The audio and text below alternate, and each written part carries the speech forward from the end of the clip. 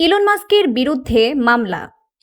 মার্কিন প্রযুক্তি উদ্যোক্তা ইলন মাস্কের বিরুদ্ধে পাল্টা হয়রানির মামলা দায়ের করেছে তথ্য প্রযুক্তি বিষয়ক প্রতিষ্ঠান ওপেন এআই। এর ফলে টেসলা ও এক্সের মালিকের সঙ্গে ওপেন এআই কর্তৃপক্ষের চলমান দ্বন্দ্ব ও আইনি লড়াই নতুন মাত্রা পেল বলে মনে করা হচ্ছে।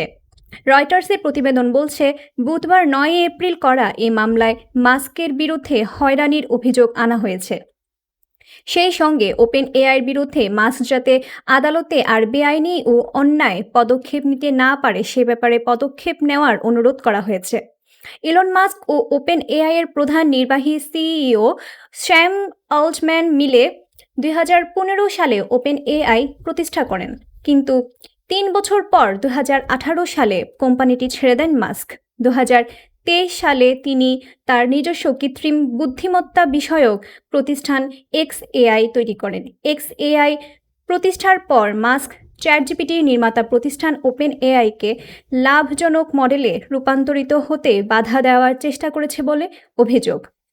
তারই অংশ হিসেবে গত বছর ওপেন এআই এর প্রধান নির্বাহী স্যাম অল্টম্যানের বিরুদ্ধে কোম্পানির কর্পোরেট কাঠামো পরিবর্তন বন্ধ করার জন্য মামলা করেন।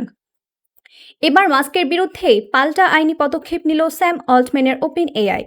এ মামলা সিলিকন ভ্যালির দুই প্রভাবশালী উদ্যোক্তার মধ্যে দ্বন্দ্বের নতুন অধ্যায়ের সূচনা করল বলে মনে করছেন বিশ্লেষকদের একাংশ। বুধবার মামলা দায়ের নিয়ে এক বিবৃতিতে ওপেন এআই বলেন, ইলন মাস্ক ওপেন এআইকে তার ব্যক্তিগত সুবিধার জন্য ব্যবহার করে এআই প্রযুক্তির নিয়ন্ত্রণ নেওয়ার দুর্নীতিমূলক কৌশল অবলম্বন করছেন। তাকে থামাতে আমরা পাল্টা মামলা করেছি। 4 মামলা দ্রুত নিষ্পত্তির জন্য 2026 মার্চে বিচার শুরুর তারিখ নির্ধারণ করেছেন।